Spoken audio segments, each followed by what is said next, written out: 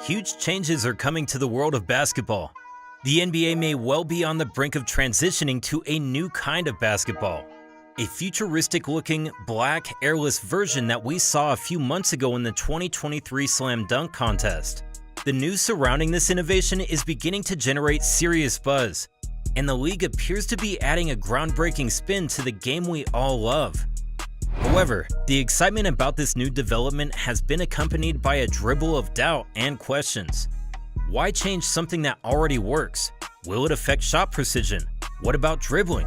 And most importantly, when will it hit the NBA hardwood? This isn't the first time the league has tried to switch up the balls. The NBA has walked down this tricky path before. You see, in 2006, the NBA attempted to change the type of ball in play, but the experiment was, to put it mildly, a train wreck on ice skates. To truly understand the scope of this potential change, we first need to take a quick trip down memory lane. The journey of the basketball, from its creation over a century ago, has been a fascinating ride. From a humble PE teacher's bright idea involving a soccer ball and a basket, the game took flight. The teacher was James Naismith, and he witnessed his brainchild take the world by storm. In partnership with Spalding and Bros, he designed the first basketball, a leather upgrade on the previous mentioned soccer ball. In the subsequent decades, our cherished ball underwent a series of revisions. 1948 brought us the first molded version, with a couple of inches shaved off the circumference. A couple of decades later in 1970, another critical version was undertaken, shifting from our 4-panel design to 8 panels. The game, now firmly established in the national consciousness, continued to evolve alongside the ball, culminating the release of Spalding's full-grain leather ball in 1983. Fast forward to 2006, and the NBA, in partnership with Spalding, thought it was time to shake things up. The traditional leather was ousted in favor of a cutting-edge microfiber composite material. Sporting goods manufacturers had been singing praises of this futuristic material, and it had become a darling of the industry.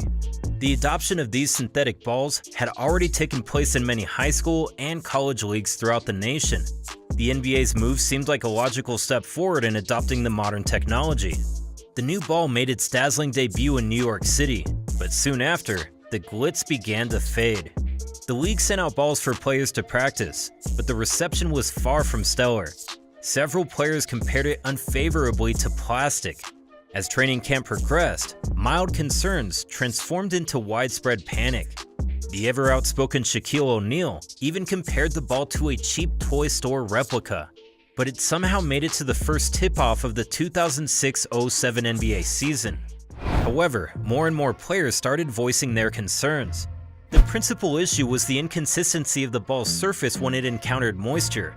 The ball turned into a slippery mess when wet, and when dry, offered excessive friction. Many players claimed it was causing cuts on their hands, and were seen sporting band-aids on their fingers. The new ball was a disaster. There was no two ways about it, and the NBA owners, with Mark Cuban at the front, voiced their criticism and demanded action be taken. Their voices were heard, and after a study by the University of Texas's physics department highlighted the new ball's shortcomings, the NBA had no choice but to revert to the old leather ball. Despite evidence that the composite ball was more consistent and potentially improved shooting, scoring, and reduced turnovers, the player dissatisfaction was too pronounced to ignore. A curious observation from this debacle was that despite the outcry against the new ball, statistical analyses did not show a drastic shift in the overall performance of the league. While certain star players such as Tracy McGrady and Ray Allen seemed to struggle with the synthetic ball, others like LeBron James and Carmelo Anthony performed even better. But numbers don't always tell the whole story, do they?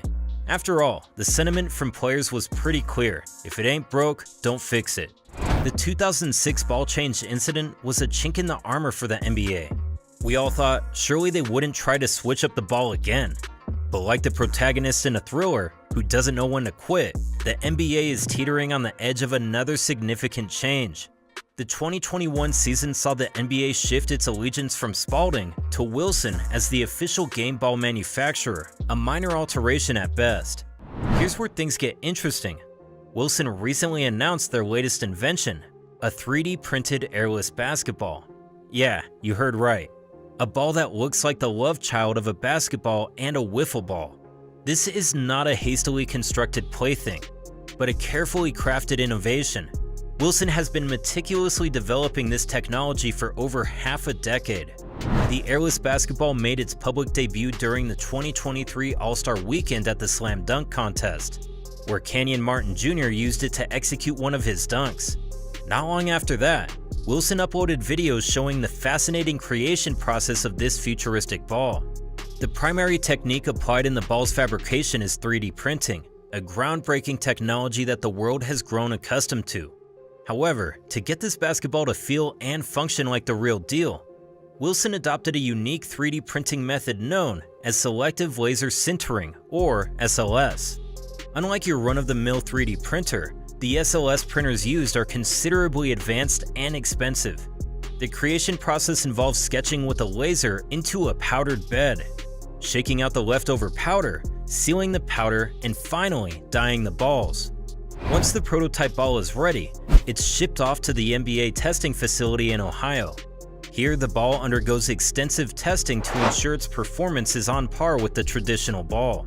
The final product is a 3D printed basketball, equal in weight and size to its conventional counterparts, and requires no inflation or deflation. It bounces as if it had an internal air chamber, even though it does not. It truly is a revolutionary piece of basketball tech. Yet, skepticism lingers, and many valid concerns have been raised. The new ball's airless design presents a host of challenges. Even though Wilson took great pains to match the weight and bounce of the traditional ball, one wonders how the aerodynamics of the ball will be affected by its unusual design. Let's not forget, there are holes everywhere, which allows air to pass right through the ball. This could drastically affect the ball's trajectory during long-range shots. Other concerns pertain to the ball's bounce and feel. Will it lose its bounce over time? Will the holes enhance or detract from the grip? And what happens when sweat comes into play? The answers to these questions remain largely theoretical until players can physically test out the ball in real-world conditions. On the brighter side, the new basketball could very well end up being an excellent option for outdoor play. Windy conditions could be less of a factor, as the wind might pass through the holes instead of altering the ball's flight. And if the ball can maintain its bounce and grip, it may just turn out to be the perfect solution for those who've lost countless games due to Mother Nature's unforeseen interferences.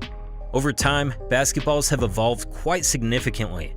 We've transitioned from the original leather basketballs to synthetic ones designed for better durability, grip, and bounce. But an airless ball would represent the most dramatic evolution yet. While it's still in the early stages of development, and likely won't hit the NBA courts in the immediate future, there's no denying that this is a massive leap forward in sports technology. It's weirdly reminiscent of the 2006 scenario, but the hope is that the NBA has learned from past mistakes. And remember, this isn't some fringe company trying to introduce a novelty item. This is Wilson, the NBA's official ball manufacturer. Like it or not, the future of basketball might be 3D printed. Only time will tell if this new ball is a slam dunk or another air ball, no pun intended. One thing is for certain though, if history is any indicator, the road to acceptance is paved with challenges. Just remember, when the game changes, we don't quit. We just learn to play a new game. And who knows, maybe one day we'll look back and chuckle about these quaint leather balls we used to use.